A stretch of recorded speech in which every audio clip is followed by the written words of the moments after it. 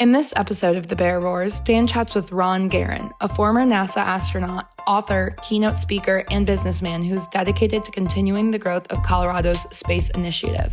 Ron began his career serving our country in the Air Force and was a fighter pilot in the combat mission Desert Storm. He then followed his lifelong passion of becoming an astronaut and flew on the U.S. Space Shuttle and the International Space Station. Ron touches on fascinating topics like ice on the moon, interconnectedness amongst humankind, and the future of the space industry. Let's poke the bear to kick off the conversation. Ron, well, thank you for being here. This is exciting because of everything that you've done. And not too often do I get to sit next to an astronaut. Thanks. So you are a real world astronaut. So we are going to come back to that. But I want to first kind of frame who you are more broadly, because you have been a professor, you have been an author, you are an executive of a space company right now. You've been involved in startups. You've had the full gamut. You've been a podcaster, you just told me as well. So you've done a lot across a lot of different areas.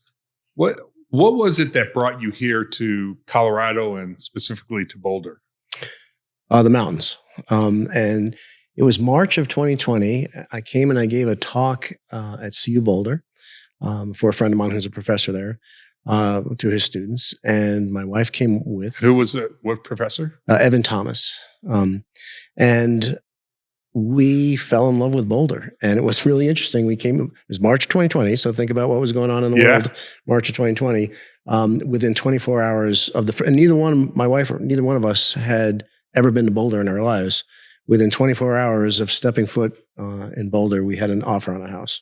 And that timing was really good because since then it's probably doubled in price with everything that went on soon thereafter. And this isn't meant to be a commercial from Boulder, but you guys heard that.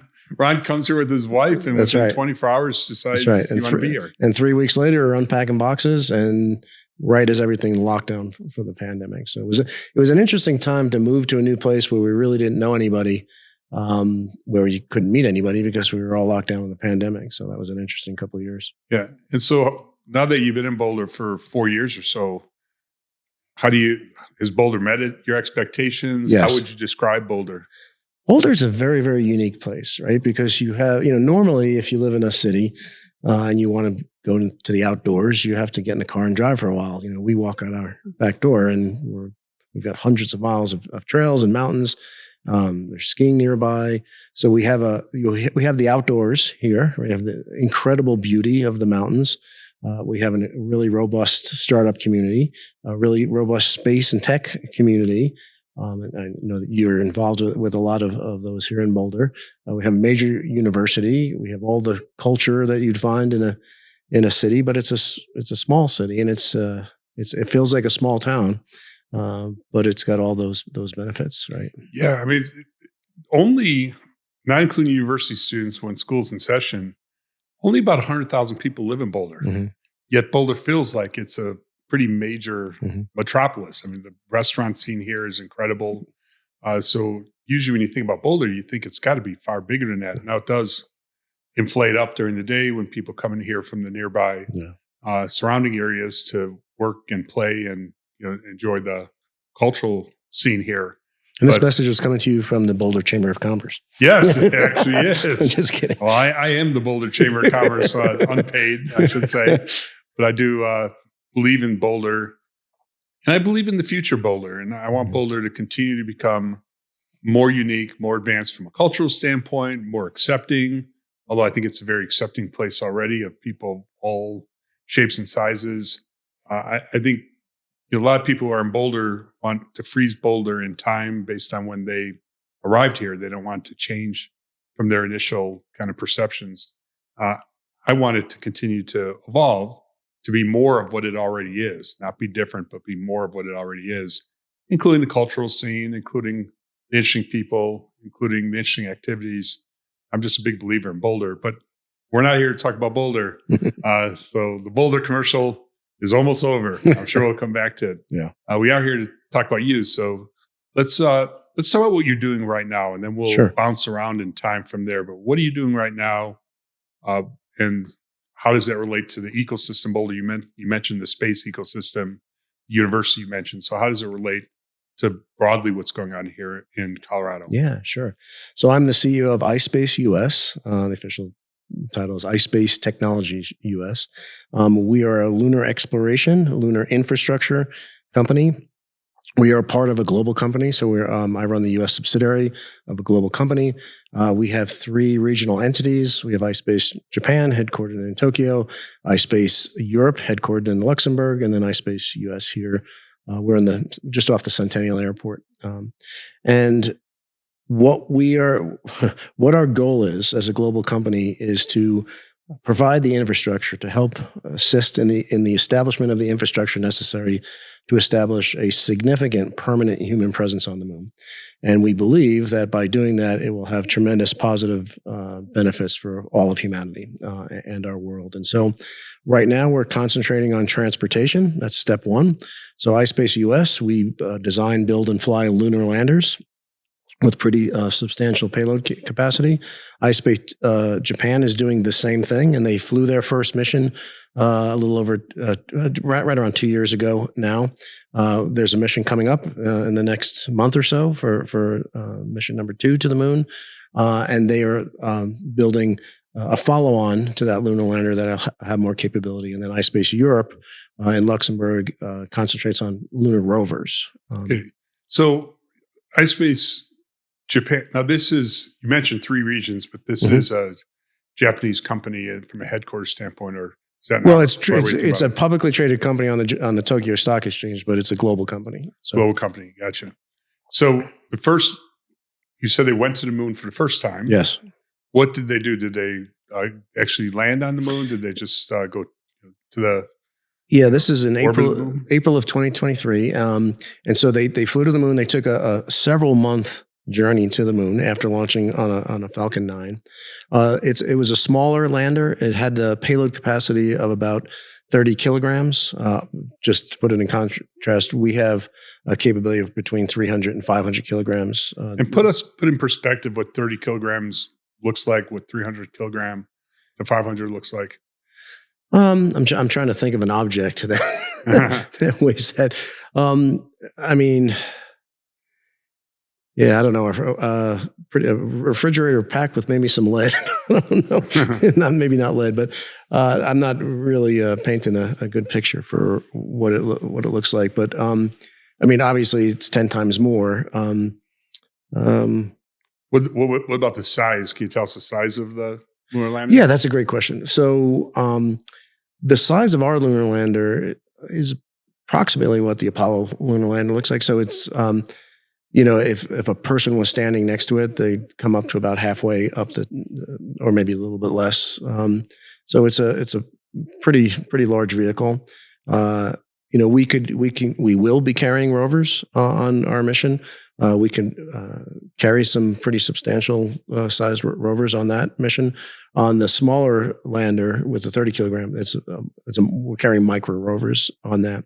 And so they took a several month journey to the moon. The spacecraft operated flawlessly. This was, I believe, the first purely commercial mission to the moon. So they had no government funding on this first one. And they met all their objectives up until the last moment. And they did not have a soft touchdown on the moon. It was a human error. There was one decision that was made along the way that caused it. The spacecraft did exactly what it was supposed to do. It actually made a soft pinpoint landing on the moon, but the moon was in the wrong place. It was the moon's fault. No, actually what had happened was that they went over a crater, a very, very deep crater, and the algorithms couldn't account for that. And so they did make a perfect touchdown over the top of the crater, and then basically ran out of fuel and crashed. Gotcha. So they just hovered there above the crater for as long as they had fuel. And then you said a second mission is imminent. Yeah. Imminent. So tell us about that one. Yeah, it's also going to launch on a Falcon 9. It's a ride share with Firefly, by the way. Okay. So their next mission will be on it with them, and it's a similar mission. It's a technology demonstration. There's commercial payloads on it. There's a rover on it, and so it's really a very, very challenging, very exciting mission. Will take a similar amount of time to get there, or it's a multi-month. Multi-month. So you're trading in these, in some cases, just based on the astrodynamics of it, or the orbital mechanics, I should say. You're trading fuel for time, right? And so if you can get there faster, it just costs more fuel. So to take a very, very fuel efficient trajectory to the moon takes a lot of time. So let's look forward in time. How will being on the moon with landers and rovers, how will that benefit humankind in the relatively near term, say the next 5-7 years? For the first time, Dan Caruso pulls back the curtain in his book Bandwidth, a memoir that celebrates the pioneers who invented the internet's early backbones, the renegades who lit the fiber revolution, the antics that caused the biggest market crash of all time, and the new wave of entrepreneurs who led the industry back from its ashes. Though it seemed to happen in the blink of an eye, the Bandwidth adventure was a multi-decade roller coaster ride involving larger-than-life successes and devastating failures. The unbridled ambition of newly minted billionaires and high-profile tycoons created extraordinary value, unprecedented value destruction, and endless opportunities for a brave few. This reflects tech's past, present, and future, and is a story you won't soon forget. It will help you prosper during today's AI tech bubble. The book is available for pre-order at dan-caruso.com/bandwidthbook and released in early 2025. Well, the next 5 to 7 years, science will come out of this. So we'll get to learn a lot more about the moon.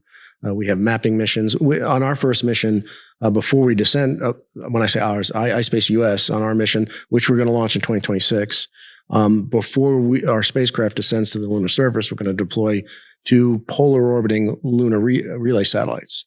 We're going to have cameras on board. And by the way, on the first mission of iSpace, there's this famous picture that we took, which is kind of like Earthrise 2.0. There's a beautiful picture, high definition picture from our spacecraft in lunar orbit of the Earth.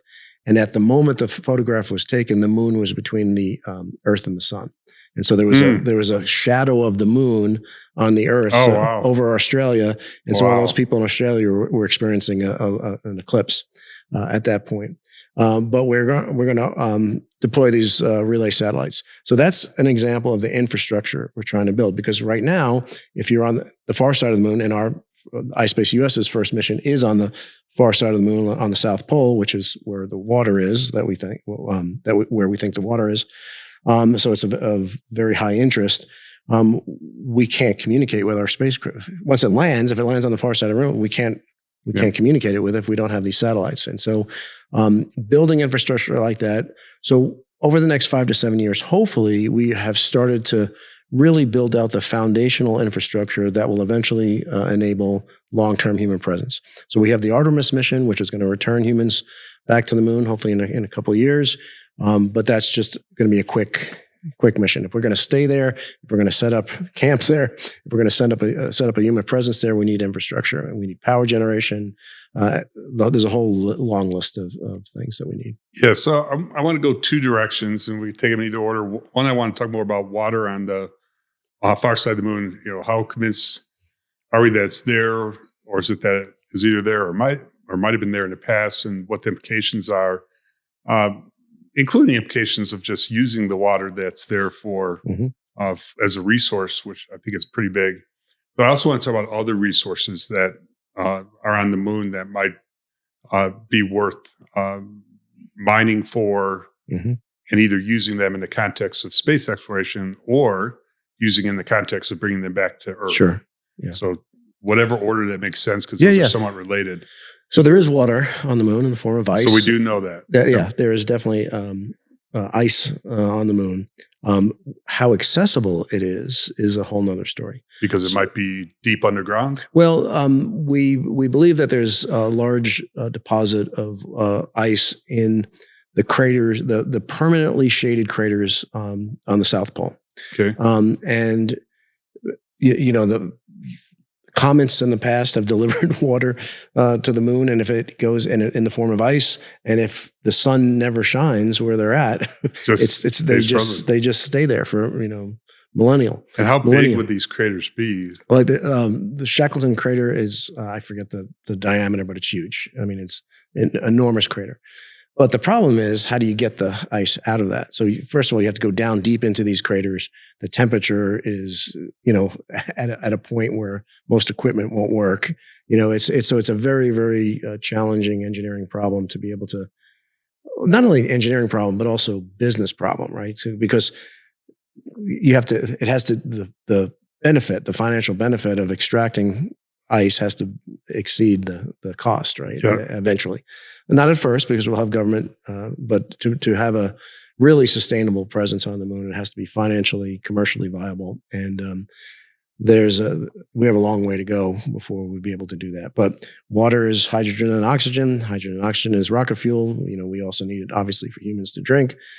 So there's a lot of benefits for using that. And when you say it's rocket fuel, tell us a little bit more about what you mean by that. You have a source of rocket fuel. Source of rocket fuel on the moon that could then be used to refuel. Yep. Aircraft. If we had a significant human presence in iSpace, we have this vision. We call it Moon Valley 2040, but that by the year 2040, we have 1,000 people living and working on the moon, right? But if we had that type of presence on the moon, you could start thinking about, well, if we want to go to Mars or we want to go somewhere else in the solar system, it would be better to launch from the moon because it's 1/6 gravity. So it's really, really hard to get anything off the surface of the Earth because of how much gravity we have here. And so that means how much fuel you have to use to get off the planet. And so we have been trying to crack the code of inexpensive access to Earth orbit, to cislunar space since the space program began. We're not there yet. We're getting there, making lots of progress. But the biggest quantum leap in that would be if we could launch from the moon, because it's so much easier.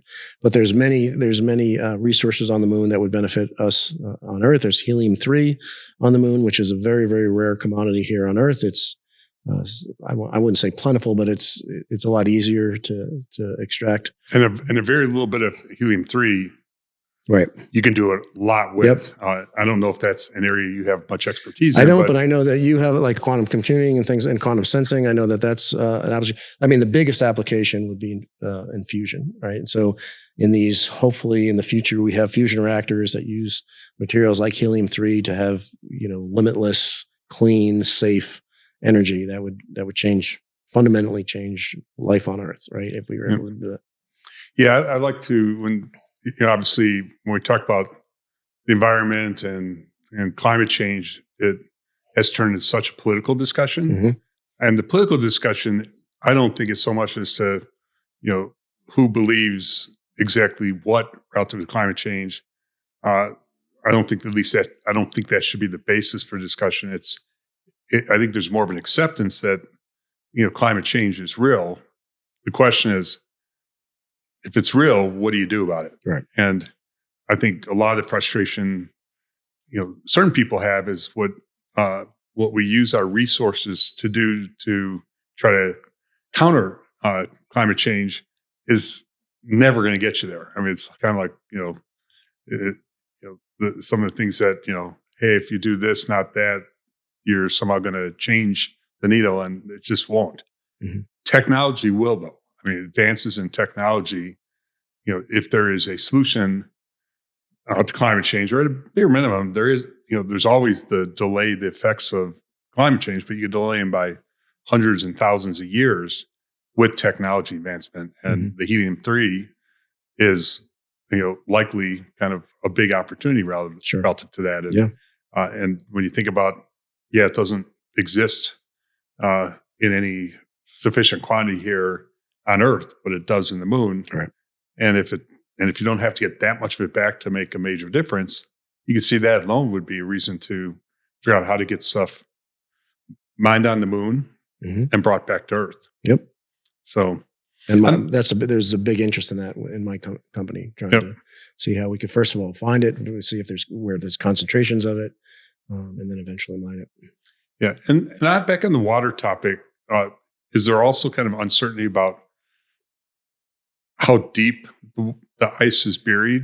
Is there kind of notion that there might be some more shallow craters that the ice exists in, so some might be easier to get to than the other big deposits? It's kind of amazing. We've been going to the moon for over 50 years, right? And it's kind of amazing how how after all those decades, how little we understand about the moon. That's why we need more exploration of the moon, because we don't have a really good picture of exactly where all the water is. It could be all over the moon, just below the surface for all we know, right? And so we haven't done a really good job of mapping the moon, of mapping the resources on the moon, of really identifying the best landing sites. Now we have ideas, right? And there's the NASA CLPS program, the Commercial Lunar Payload Service program, that has identified areas of interest to go explore. My company has won one of those awards, and so our mission in 2026 is partially funded by that NASA CLPS program. But the more we go, the more we'll discover, and the more we'll understand about where the resources are, how accessible they are, what it will take to make use of them, et cetera, et cetera. We're going to come back to the here and the now, but Okay. we're now going to go backwards in time. All right. And let's talk about you, the astronaut. So take us up to what was your path that led to you being an astronaut, and as an astronaut, what your biggest memories are. Yeah. See how concise I can answer that. I got to NASA the traditional way. I was a military fighter pilot, military test pilot, and I was selected from the cadre of military test pilots. But it was a very long and windy road. And why do you think you were selected? What attributes did you have that? Well, and I'm not being just modest. Luck played a big part of it, right? So I was, in the right place at the right time. But it was That's not a good enough answer. What well, else? I mean, it was a dream of mine since July 20th, 1969, right? So I'm old enough to have my most vivid childhood memory is the first moon landing, those first footsteps on the moon, and I realized right then that that's what I wanted to be. I wouldn't have been able to put it in these words at the time, but at some level, I realized that we had just become a different species. We were a species no longer confined to our planet, and I wanted to be a part of that group of explorers that had the opportunity to kind of step off our planet and look back upon ourselves. Again, I wouldn't have been able to put it in those words at the time, but it was a dream that carried with me until like junior, senior year of high school. And right when I'm getting ready to figure out, okay, what do I do with my life? It was after the Skylab program had ended, and it was before the Space Shuttle program had started. So, some kid in New York, how could you want to be an astronaut if we don't have a space program? We didn't have a space program. Just right? Just let me jump in for a second here, because you got me thinking to 1969. I was born in 63, so I would have been 6 years old. And I have both a memory of that, but it's a kind of a cloudy memory, Mm-hmm. And so I can't tell how much was sitting in front of a TV set and watching it happen. How much was it you were at school and they played it at school? Or how much was you probably didn't even see it when it happened? It was a year later, 2 years later, 3 years later. But the famous words, one small step for man, one giant step for mankind. Those words are like the kind of words you hear and never forget the rest of your life. Yeah. So I don't know if I heard it in real time or if I heard it after the fact, but the power of that happening was incredible. Sure. Yeah. It is, like I said, probably my most vivid childhood memory. I remember it distinctly. Now it's reinforced over the years as you watch videos and stuff. But I definitely remember. It was the 50th anniversary of my wedding anniversary of my great grandparents, and so my entire extended family was gathered at a restaurant, all gathered around in like a basement bar with the grainy black and white TV above it, and I remember the whole thing. Yeah. Wow. Remember every aspect of it, what it smelled like, what it sounded like, what it felt like. It was. When you think back, because we know what technology was like in the 60s and the early 70s, and now with the benefit of so many more years, we also have a greater appreciation for how hard it is to get from here to the moon and back. Yet, we did it numerous times. How do you put that in perspective? How do you put in perspective kind of the level of accomplishment? In fact, the big leap for mankind might be being able to even do that at that stage of our technological capability. It's only like we did something that we shouldn't have been able to do for another 20, 30, 40 years, and we did it anyways. Yeah. So, looking at the history of the space program, the catalyst has always been the government, right? The government sets an objective, it makes the investment into that, and the government is ideally suited to make those type of investments that have really, really long return on investment, right? But that's a linear path, right? And so where you've seen the explosion of technology in space has been when the commercial activities have reached the critical mass, right? And so once we started putting satellites into orbit, the business case was made, it was proven, things started to become routine.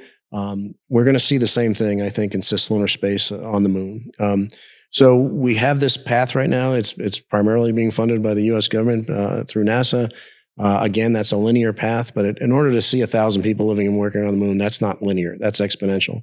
And the only way that we're going to have that exponential growth is when the commercial activity, when you hit the tipping point and things start to make sense, whether maybe we discover a big, helium-3 concentration and we figure out how to extract it and bring it back to the Earth and use it.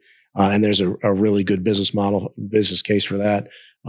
Water on the moon to maybe used for refueling, lunar satellites, or there's all kinds of different commercial activities that could really take off from that. But it really requires that commercial tipping point to be reached before you can get that on that exponential curve.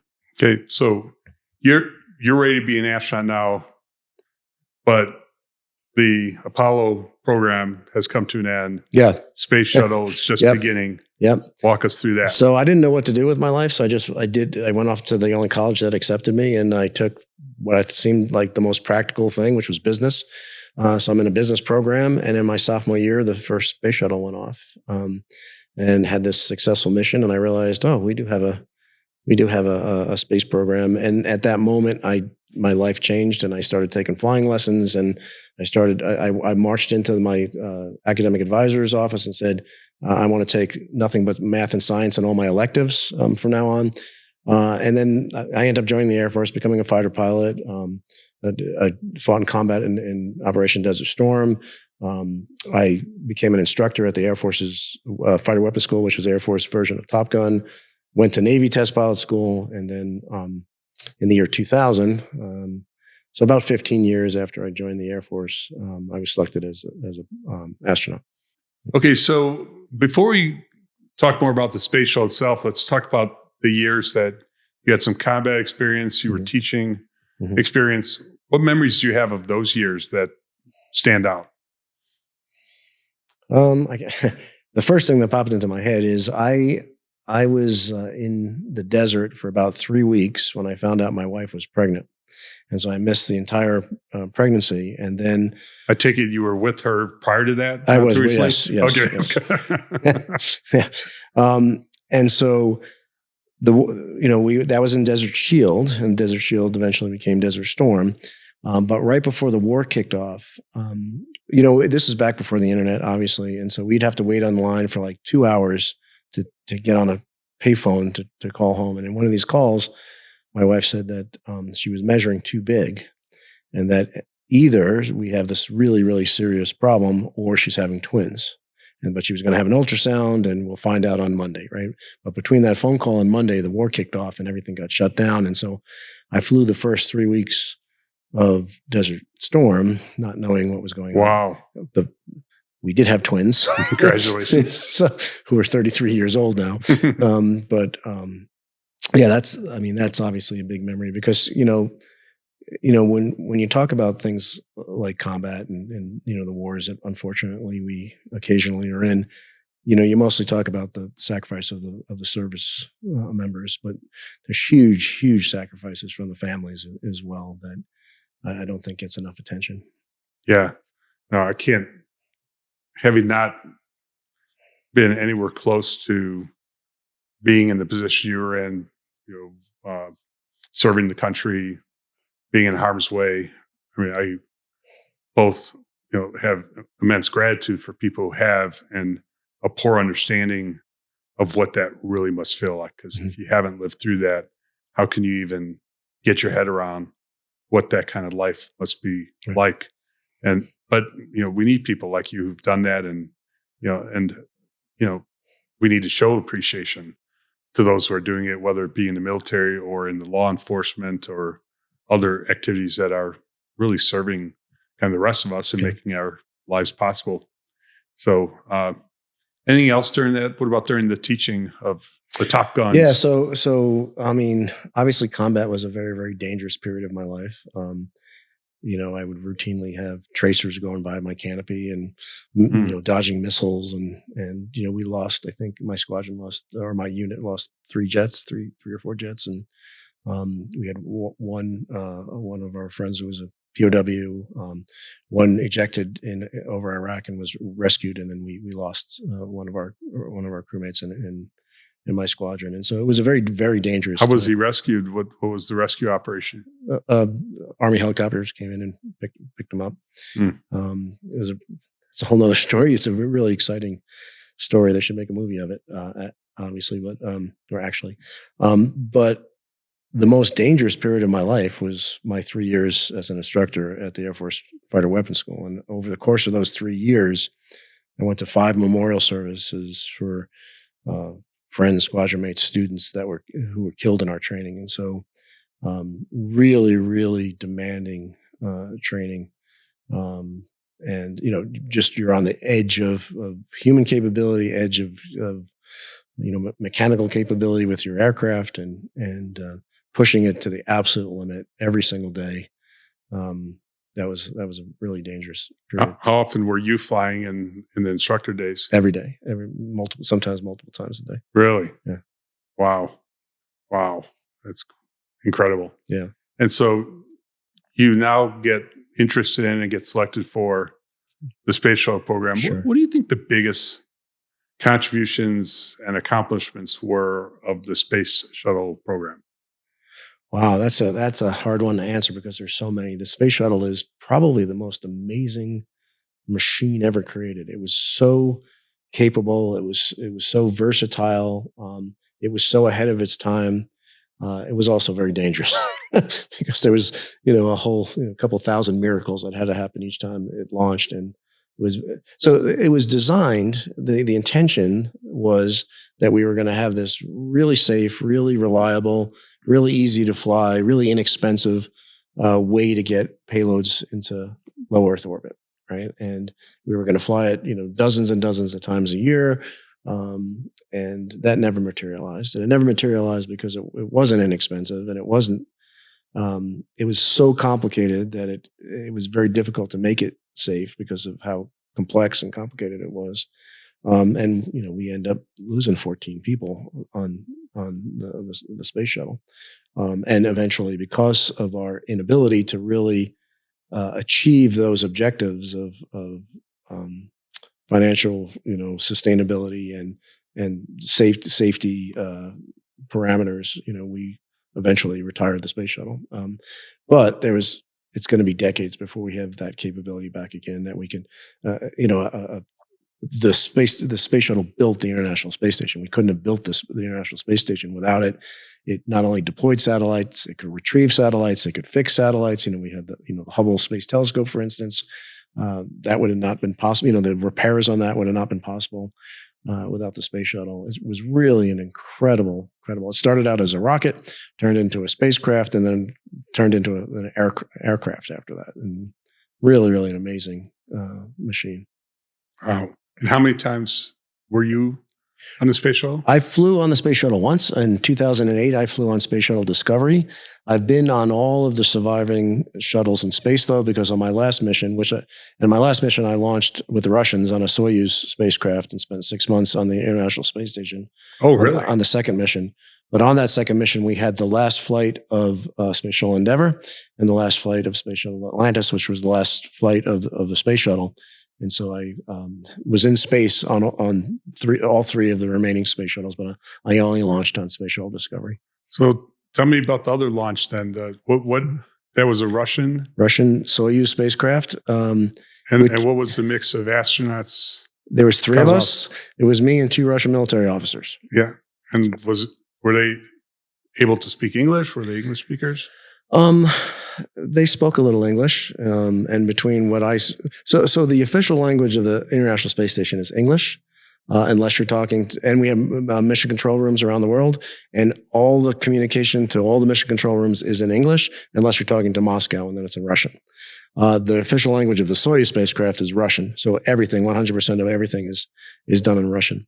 And what was really, really interesting about my time with the Russians, and I'll just paint this picture of launch, right? And so we go out to the launch pad. We're in Kazakhstan, right? At the Baikonur Cosmodrome.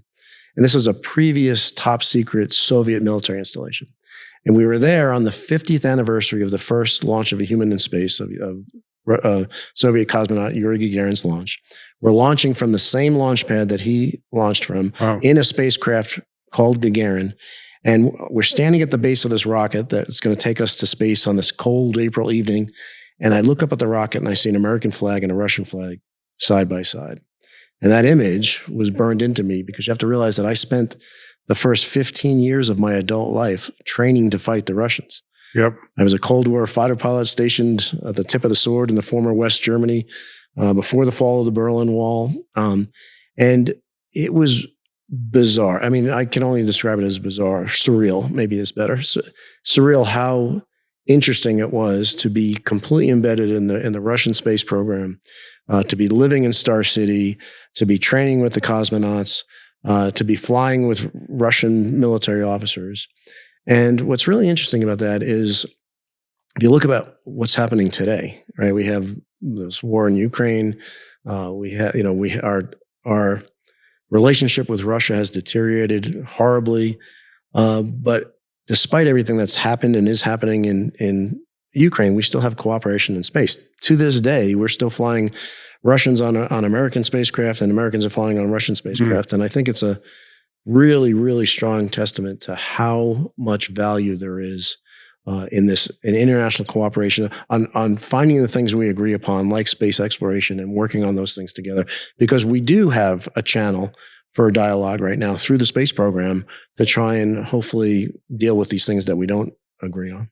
And of course, we have Elon Musk, who could be a go-between between the U.S. and Russia.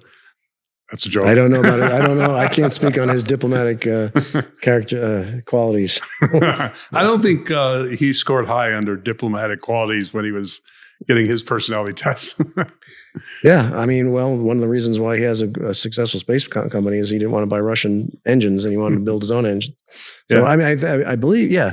So the SpaceX started because he wanted to put a greenhouse on Mars, I think. And he was working with the Russians there, and he was having such a difficult time, he just decided to start his own rocket company. So when you're looking up at that rocket and you see the two flags, I imagine that you also had to be wondering, how reliable is this going to be? Am I going to get up in the space, or is something else going to happen? I mean, I have to imagine there was less confidence in that technology than U.S. technology, but maybe I'm wrong. No, the U.S. One of the reasons. Let me back up a little bit, because when NASA was considering bringing the Russians into the International Space Station program, there were a lot of political detractors. You know, the Russians are doing X, Y, and Z. We shouldn't have anything to do with them until they stop doing X, Y, and Z. Right. So they're trying to use the things we agree upon as a stick. But in this particular case, we decided to set aside fear. We decided to set aside our differences and to focus on something that we actually agreed upon, and that's space exploration. And as I said, you know, what grew out of that was this platform that we could start to address the things that we don't agree on. So what happened was, when we did decide to work with the Russians on the what year is this, to put in perspective with the Cold War? Mid-90s. So mid-90s. So the Cold War would have been considered to have ended. Yeah, perestroika. We just had perestroika, just before that, and things were starting to thaw. The Soviet Union was disintegrating, and we had a lot of rocket scientists in Russia that we didn't really want to, go to our enemies and start ICBM programs. And so there was a strong national security objective to bring the Russians in, right?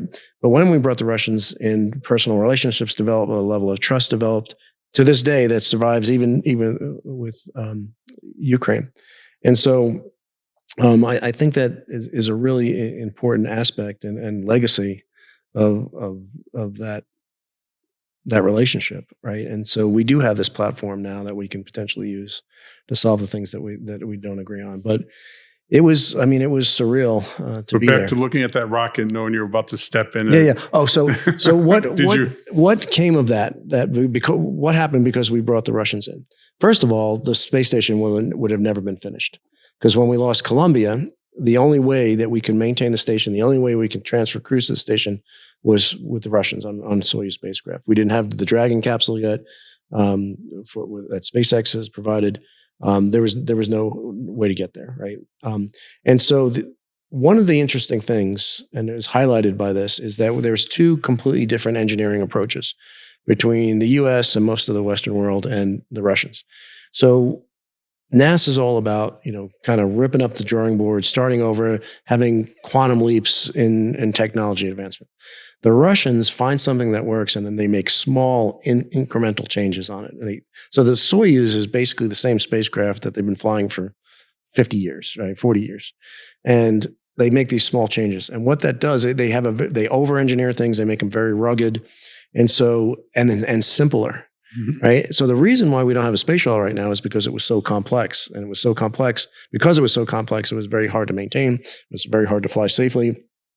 The Soyuz spacecraft, in comparison, is extremely simple. And so there's a lot less things that can go wrong. For instance, the spacesuits, believe it or not, the spacesuits, you climb in, and there's a zipper, and you gather up all the rubber, which is that seals you and protects you if you lose pressure. And you basically take a rubber band. I'm not kidding. You take a rubber band and you wrap it around the rubber that you just folded up, and then you just stuff it in and zipper it up. That's the spacesuit, right? But it works. It's extremely simple. There's not much that can go wrong, and it works. And so I wasn't really that worried when I got on the Soyuz. And people ask me, what was the difference of flying on the shuttle versus flying on the Soyuz? The main difference was fun. I had fun on the Soyuz. Now, when I flew on the space shuttle, it was the first time I ever launched into space. I had a lot of responsibilities. There was a lot of things I could do wrong that would cause a very bad day. And you're also inside this big, massive vehicle. The Soyuz, on the other hand, it was my second flight. I kind of knew what to expect. I had very little responsibilities. And it's such a small vehicle that it feels like you just strapped a rocket to your back, like you're wearing the rocket. And so that was... When you say small vehicle, can you help us? Yeah, it's like three guys in the trunk of a car with luggage packed in around them. I'm not kidding. It's and you're obviously not claustrophobic, and I can imagine. No, you can't be claustrophobic. Yeah. I mean, the seats are molded to your body, so there's no room to move anywhere. You're strapped in really, really tight, and you're completely confined. And what was the mission? So my first mission, when I launched on the shuttle, we brought up and installed the Japanese laboratory to the space station. I had the opportunity to do 3 spacewalks on that mission in support of the construction of the International Space Station. And then the second mission was a 6-month scientific mission. So we spent 6 months maintaining the space station, but also doing an incredible amount of science. And the spacewalk? Tell us how those felt. Yeah. I had the opportunity to do a 4th one on my second mission. But it's the most surreal, bizarre thing you can imagine. Yeah. To be out in the vacuum of space. You just feel like you're floating. Does it feel like you're floating? You are floating. Yeah, you're floating. Not only are you floating, you're floating inside your spacesuit too. I mean, it's and what's interesting, people ask me, were you afraid of falling? Right. And I'm like, no, because I already am falling. Like the entire space station, which is, over 1 million pounds, me and everything attached to it, we're all falling to the Earth, but we're traveling so fast horizontally that the Earth curves away from us at the exact same rate that we're falling towards it. That's how we're in orbit, right? And that speed, that magical speed that allows that to happen, is 5 miles a second. It's 17,500 miles an hour. So what I was worried about, though, is drifting off from the space station. That is a real threat. Were you tethered to it? You're tethered. So basically, it's like mountain climbing. So the first thing you do, even before you get outside of the hatch, you just reach out and you put a hook down. And that hook is attached to a wire that's attached to a reel that's attached to your spacesuit. It's 85 feet long.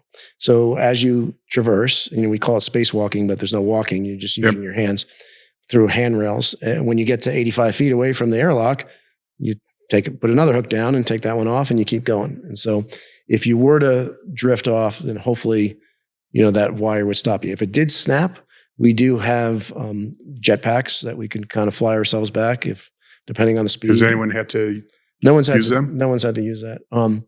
But I mean, there is a corner case scenario where you've come off so hard that it snaps the cable, and so hard that you don't have enough. There's little gas bottles that is the thrust to get you back, that you don't have enough thrust to get back. Oh, yeah. If that were to happen on the space shuttle would just go get you. But that can't happen on the space station. You would just become the Earth's newest orbiting satellite. Wow. You are a brave man to do that and talk so calmly about it. I can't even get my head around that. It's just incredible. So how long did you stay being an astronaut? I was an astronaut for 13 years. And I left in 2013. So from 2000 to 2013. Really not that long ago. I mean, no. Yeah. What's that? A little more than a decade. Yeah. Wow.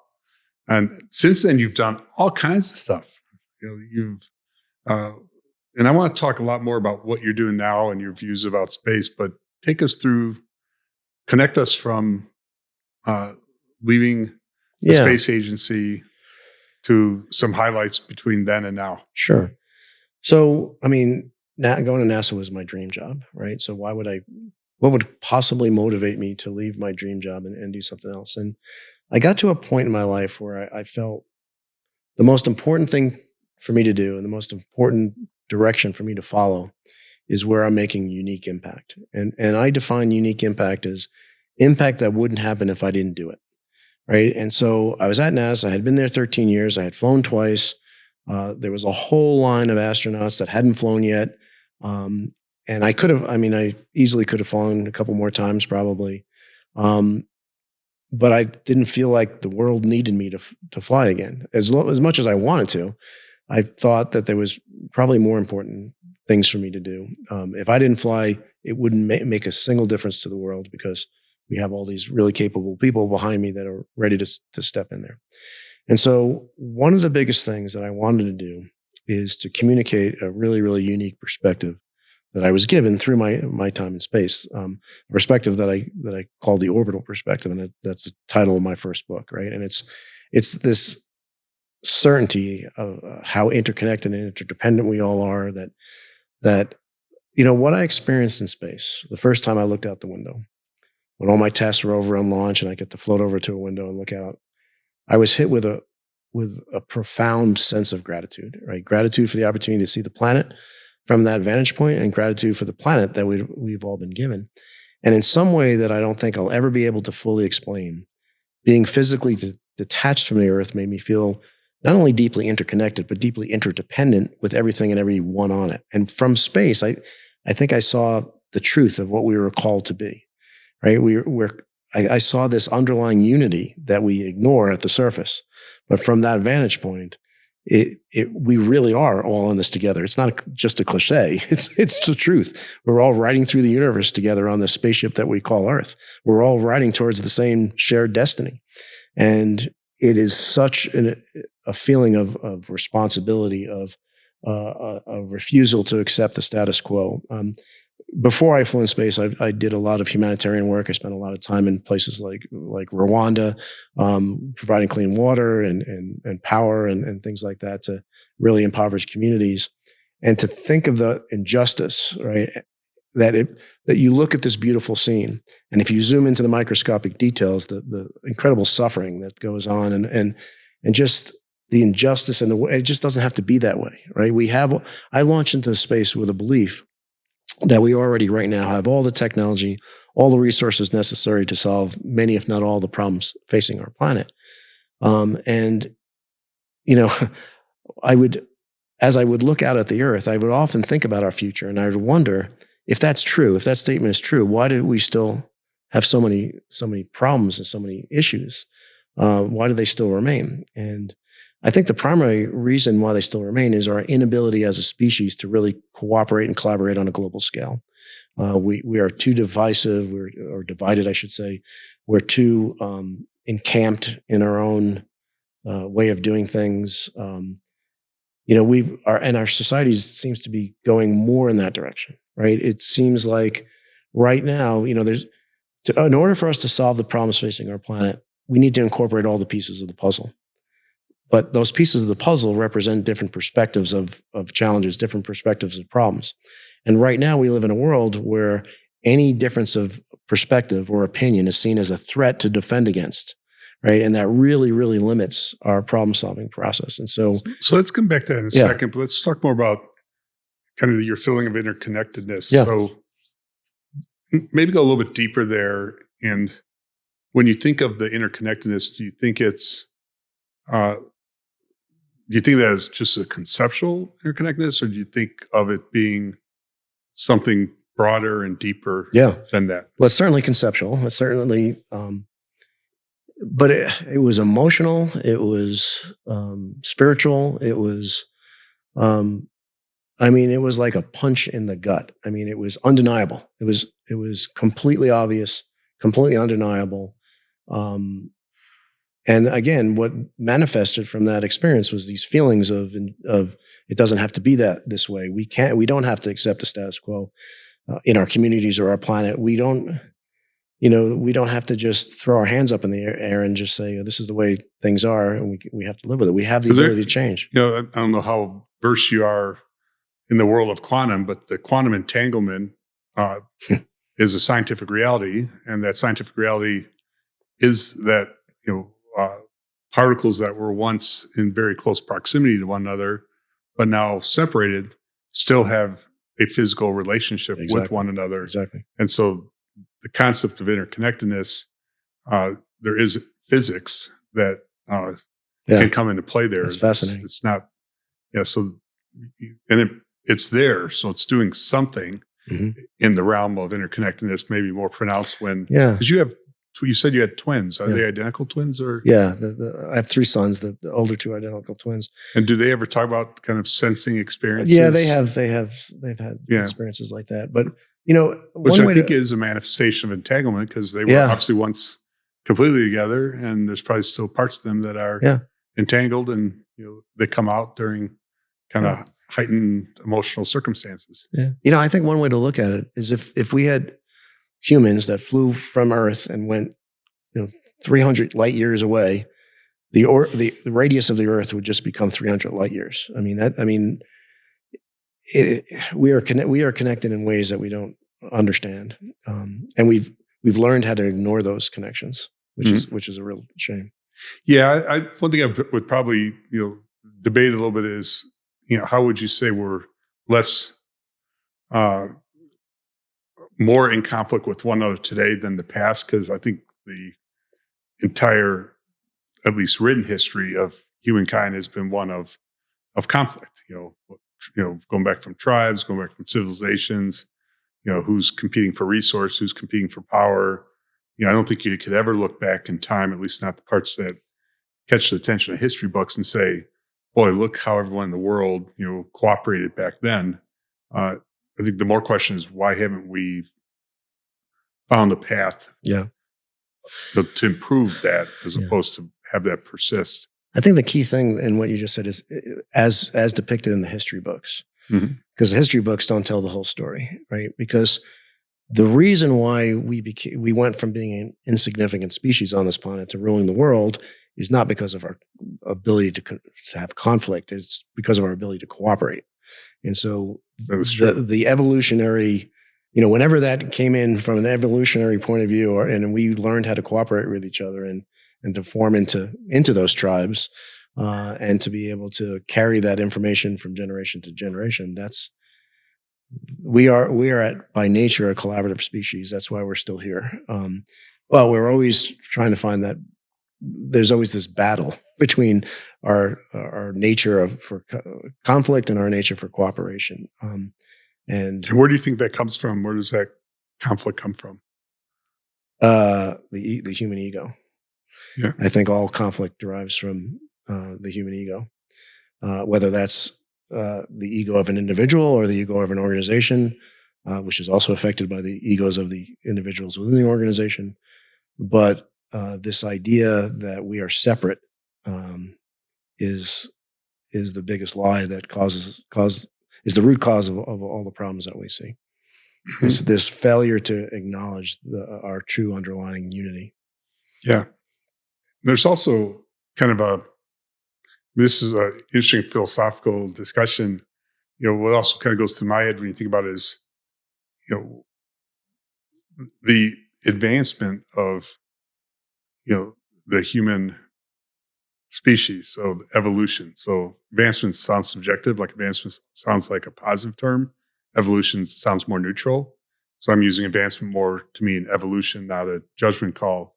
But the survival of the fittest, the fight for resource, the the differential between some people and other people, some cultures and other cultures, is such a powerful dynamic, and might not be a positive, powerful dynamic.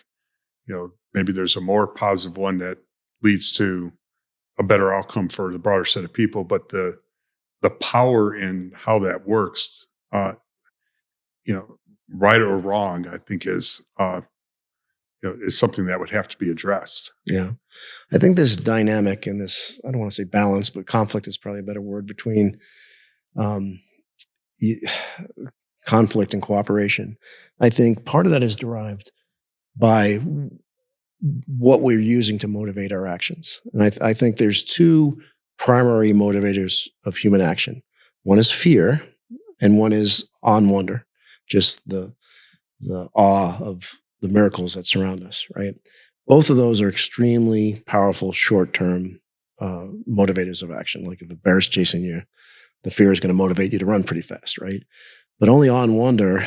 I would turn around and fight it, but that's you.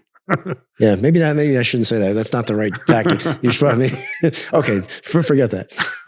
But you know what I'm trying to say. Yes. So don't take that as advice of what to do if a bear's coming after you. But only on-wonder inspires long-term action. Only on-wonder inspires people to make self-sacrifice. Only on-wonder inspires cooperation and collaboration. Right. And so, we're seeing kind of a descending spiral in our civilization right now, because we are shifting more towards a fear-based motivation.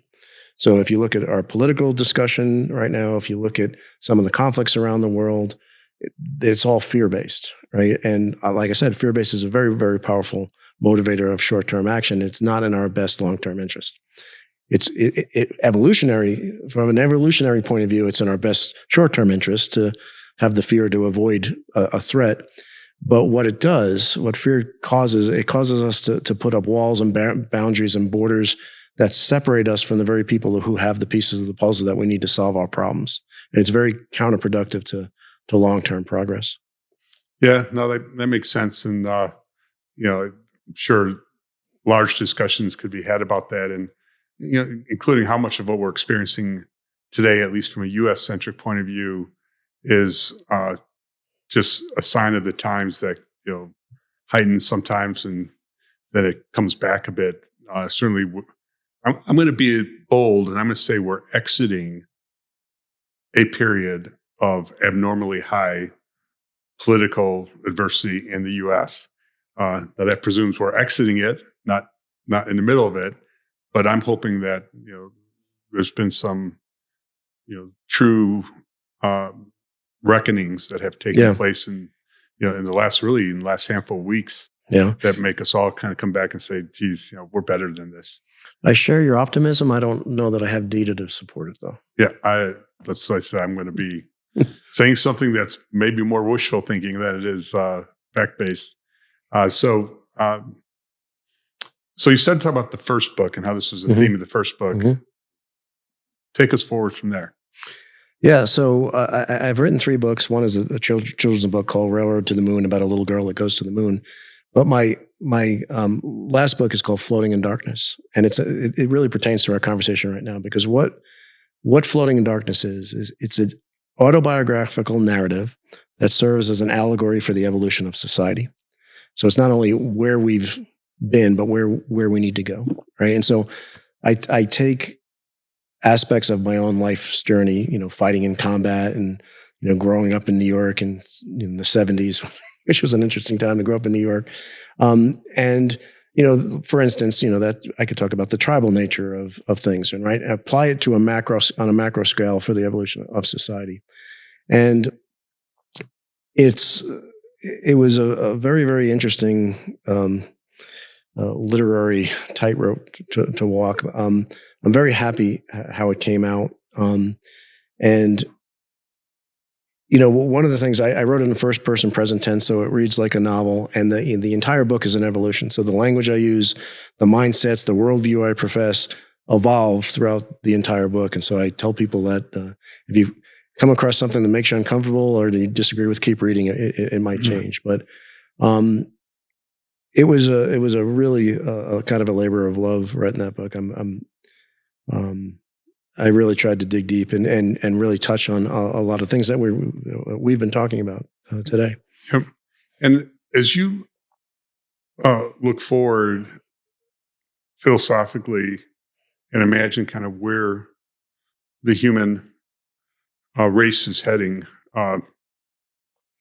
what things most pop in your mind? So when you think 5, 10, 20, 50, 100 years out, a lot of things are happening right now around AI, which is kind of opening up.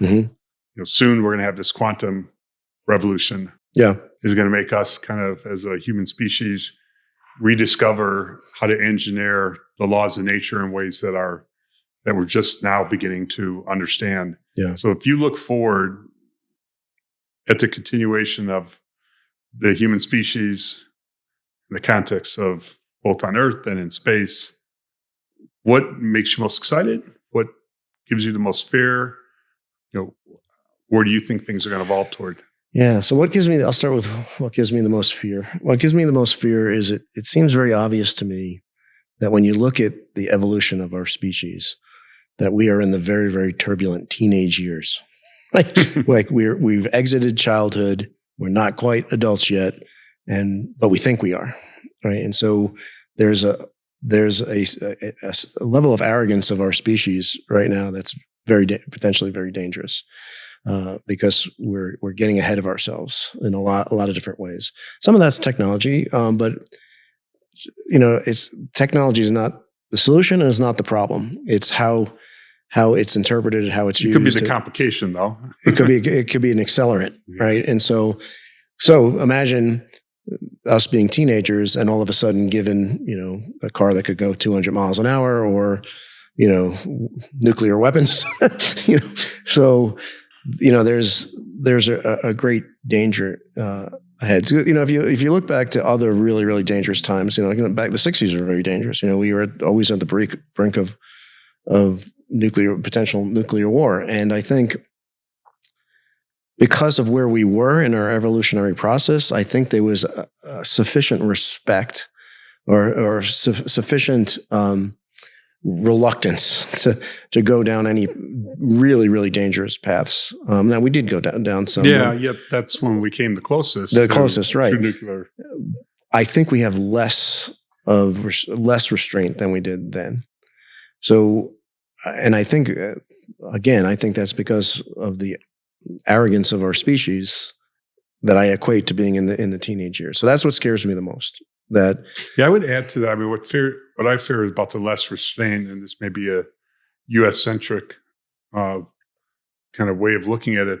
But I look at some of the other world leaders, and you take a person like Putin or even in North Korea, Kim, and could they get to a point that they know that they failed individually in their mission, and as they're aging, kind of do a calculus that says, well, I know my life is going to end. I'm going to take down as many people on the other side as I can, and if a lot of my countrymates get destroyed at the same time, I've come to grips with the fact that that's how I'm going to end my life, and hit the buttons. And could that mindset exist in a human being? and specifically in a human being like Putin, could he just say, I'm tired of the way we've been treated. I'm going to show the rest of the world that I wasn't just kidding about the nuclear weapons. And I know that's going to destroy me and my country too, but I don't care, and give the order. Yeah, we know that mindset exists in humans. That we see it on the news all the time of people taking that school shootings or mass shootings. That's basically the same mindset. Which is very, very scary. But what's more scary than that is the fact that we have established human systems that would enable somebody like that to basically have weapons of mass destruction. Yeah, they definitely have the capability. Right. Yeah, because if it's going to happen, I think it's going to happen in that context. I could see regional, nuclear conflict happen. Obviously, in the Middle East, you could see that, but it's hard to, at least in the next number of years, to see the regional conflict kind of, be destructive to the broad world. But, and maybe that's true with North Korea as well, which is horrible if you're in that region. But maybe we're protected from those two. But the Russian one, I mean, that could really happen. Yeah, but maybe going back to the teenager analogy, the good news is eventually we're going to grow out of our turbulent teenage years. Now, there is a scenario where we don't survive through that, which is a distinct possibility. However, I don't think that's going to happen. I think that we will eventually. I can't put a timeline on it, but I mean, you said that we're exiting this time. I see signs that we are. I was more talking about the U.S. I know. It's like. I know, but I think that's one of the. I see signs like that indicate that we're starting to get on a good trajectory, even though it looks bleak right now. But we are starting to get on a good trajectory where we will survive this time, and then we'll basically grow up. Do you think in the short term, and I'll say I'm optimistic about this, but I'm probably in the gigantic minority and maybe naive. But do you think in the short term, there is going to be kind of this opportunity to, in particular with Russia, but with Russia that would probably bring North Korea with it, and then maybe even in the Middle East to just, people use this change that's taking place right now as almost like a face-saving way to say, okay, we need to tone things down. I mean, Russia, here's a path, back connected with the West. It's not going to happen overnight, but here's a pathway in which, you could be more of a part of, like it was, 5 years ago, 10 years ago. And, Iran, now I assume with the latest part of the conflict, one thing they have to come to grips with is they are exposed. Their defense systems have been taken down and they weren't able to do likewise. So maybe they say, maybe we need to kind of tone things down a little bit as well. And do you think on the global stage, do you think there's a possibility that this time next year we could be talking and say, wow, the world situation sure got itself into a better place? I will make the claim that I have virtually no insight into the short term. I mean, it's almost like asking what the stock market is going to do in 6 months or a year. I think that there are indications of general trends, but there's huge perturbations on that. So I see the trend that we're on, but there's this gigantic perturbation that's going. Mm-hmm. So I couldn't even begin to think of what those perturbations look like over the next year or two. There's just so much uncertainty. There's so many possible paths that we can go down. Again, I'm like you. I'm fairly optimistic on the long term thing, but the next few years, I couldn't even begin to think. Yeah, and there's the big risk that, especially with what happened in the election a couple of weeks ago, that we could overplay our hand. I mean, Trump, could be coming out of this feeling so empowered,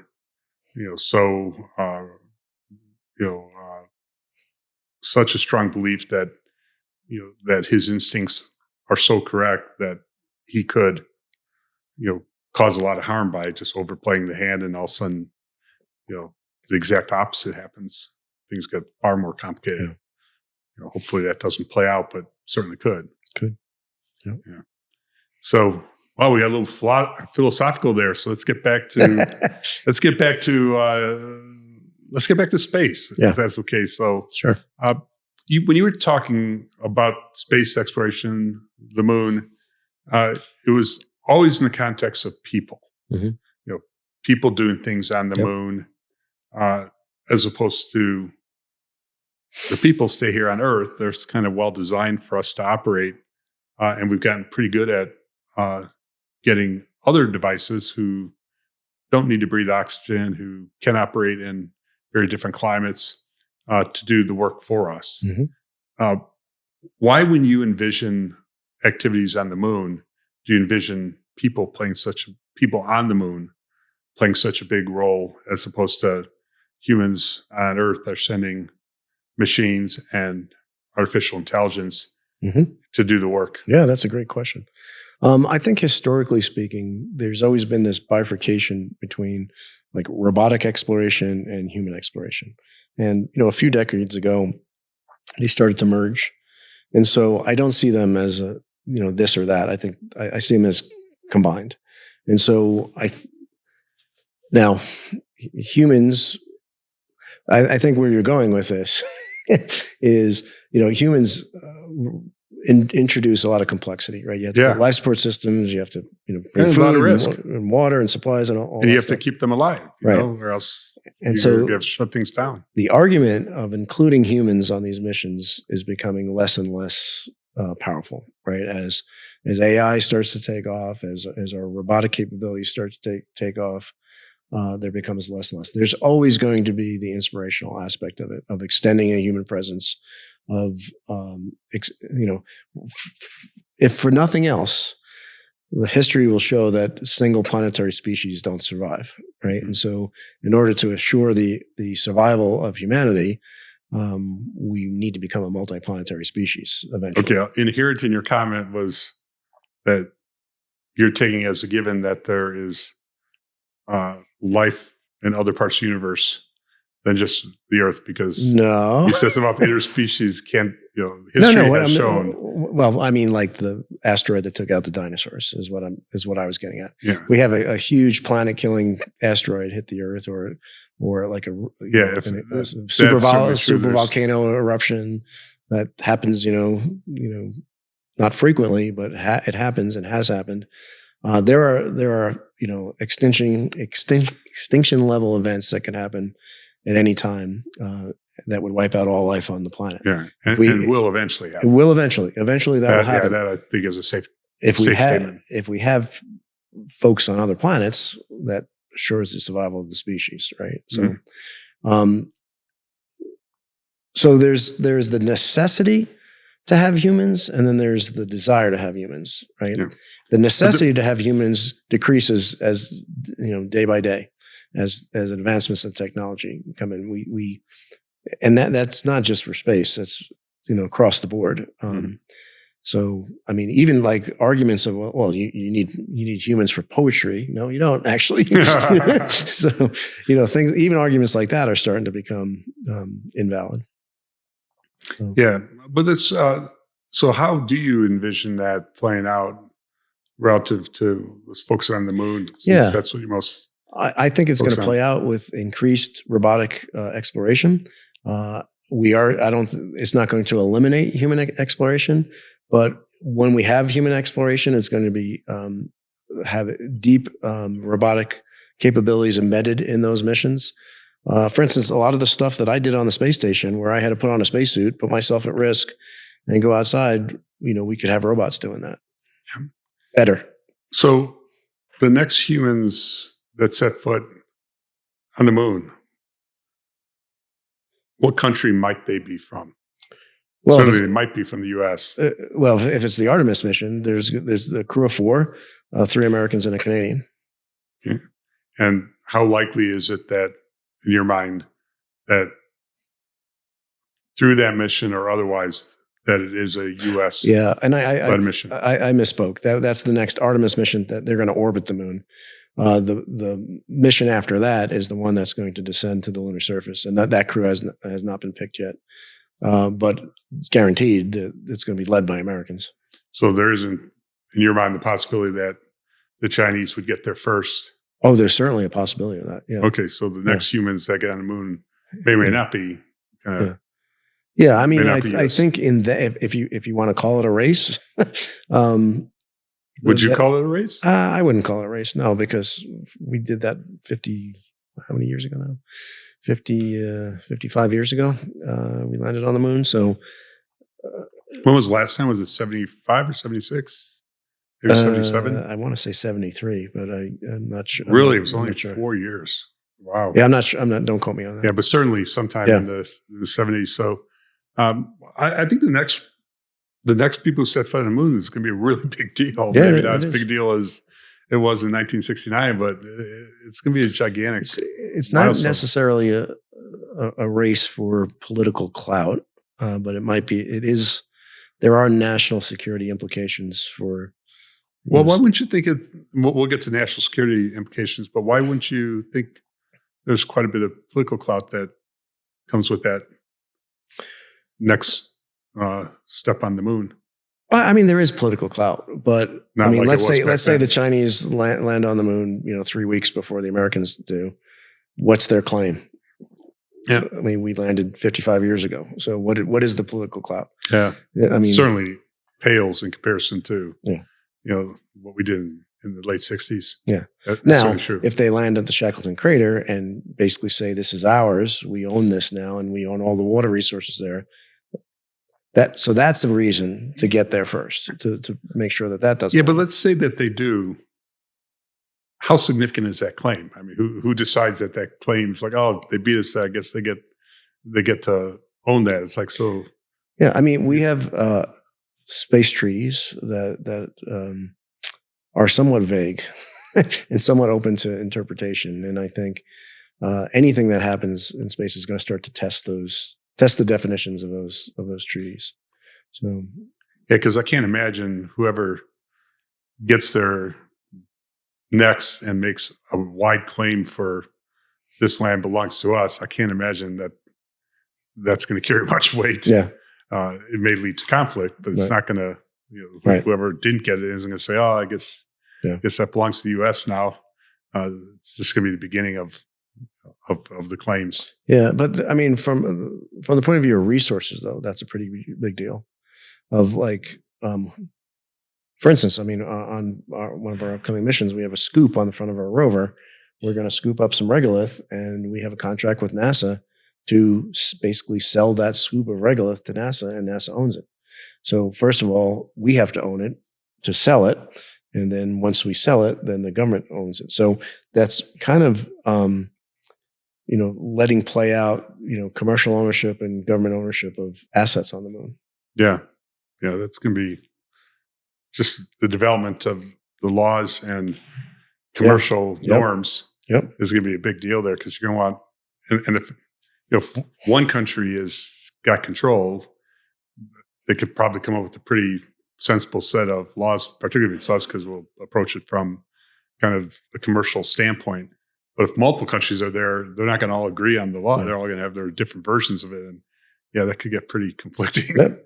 But the moon's still a pretty big place. And I'm sure, if they land there 3 weeks in front of, the next guy, they're not going to land in exactly the same spot. And, what claim does that really give you? It's not like you can put a bunch of fences and saying anything fenced in is ours. Yeah. But it's going to be fascinating. What excites you about space outside of the moon? So think of not further than the moon, but here closer to the Earth.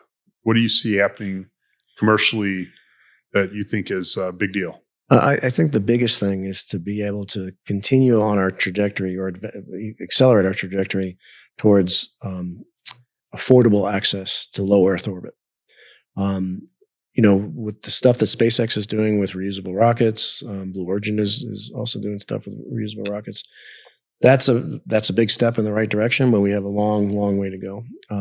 I think advancements in propulsion, so that we can go to places like Mars much faster. That we're not using chemical rockets, maybe electric propulsion and things like that.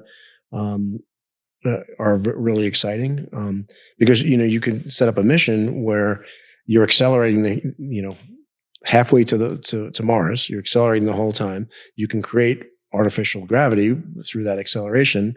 And then when you get halfway there, you turn around and you slow down the rest of the way, again, having that artificial gravity.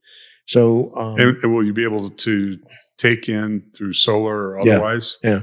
And be able to recharge? Or nuclear. Or nuclear, yeah.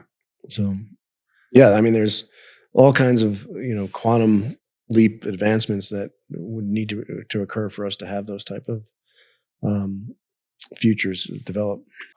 Let's go back to Colorado and specifically the space industry that exists here in Colorado, and think of it from the perspective of both, the universities and the government institutions, the big space companies, and the rapidly developing kind of smaller companies, startups, scale-ups. How can you help those who are listening in put in perspective of how the role Colorado plays in the space economy? Oh, yeah. Colorado plays a huge role. iSpace US came to Colorado because we wanted to benefit from the technical market here, the workforce, the technical workforce here. There is a strong concentration of talent, aerospace talent in this area because of the ecosystem of the different small and large aerospace companies that are here. And it's rapidly becoming. And the large ones that are here, rattle a few of them off. Well, Lockheed, Sierra, Maston, Ball, BAE. Well, Ball got part of it got purchased by BAE. And even Blue Origin now has a pretty material operation out here. Yep. And one of those smaller companies that's really exciting that you're involved with is Voyager. So that's all based here. Obviously, iSpace. So there's dozens of smaller companies that and startups that are here in the area. Yeah, we're directly involved with Agile, as you know. Yeah, of course. Which is doing really well, and they're doing in-space thrusters, and we're involved with Canopy, which is maybe a little bit.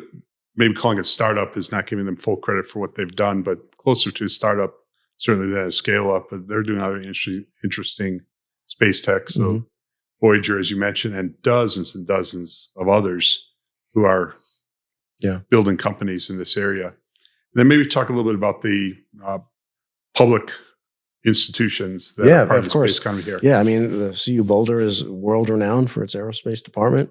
The